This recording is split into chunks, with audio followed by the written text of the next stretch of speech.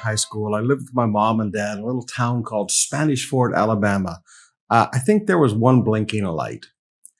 But there wasn't a lot of trouble for a young man to get into, but there was a lot of things that you could do outside.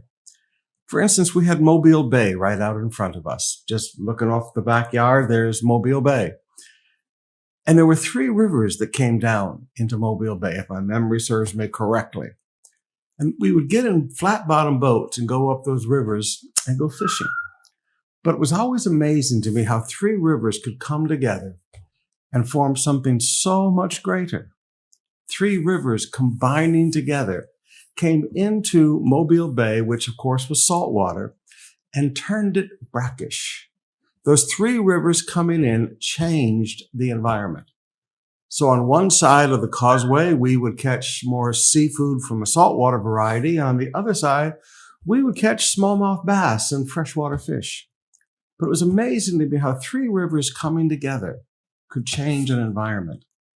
There are three rivers that come together that can change your heart. People always ask me, Pastor Sumrall, how do you grow in love? Well, yes, it's a fruit of the Spirit. But there are three tributaries to the river of love in your heart.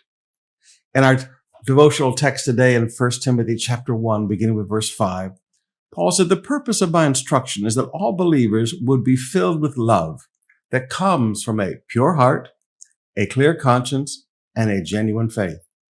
But some people have missed this whole point. Paul said, with all the teaching I do, Paul said, you know what? There are some people that miss the big idea. He said, there are people that miss this whole point. And they've turned away from these things, from a pure heart, a clear conscience, and a genuine faith. They've turned away from these things and spend their time in meaningless discussion. So maybe we should major on the majors. Maybe we should look at what are the whole point. First of all, the whole point is love that comes from a pure heart, a clear conscience, and a genuine faith. Now that is the whole point. You see, people who tell me that they're walking in love, but they live a life of compromise and sin, hanging out in the clubs, premarital sex, sexual immorality, pornography, drinking, lying, cheating, corruption, and then, but we're walking in love. No, there's no love in your heart. You've just learned how to put on a show.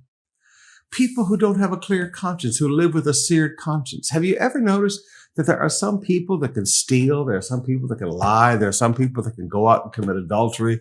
They can do all kinds of sin, and it never bothers them. That is not a cleared conscience.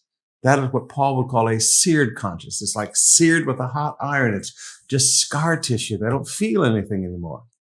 So it takes a clear conscience to walk in love. It takes living a life of holiness that walks in love. And then it takes a genuine faith, not an imitated faith. You're not doing things just because you see other people do them. You're not praying for things just because you see other people praying for them, but there's a genuine faith in your life. Now, this is the whole point. Love that flows from three things. Love that flows from a pure heart, a clear conscience, and a genuine faith. That's the whole point.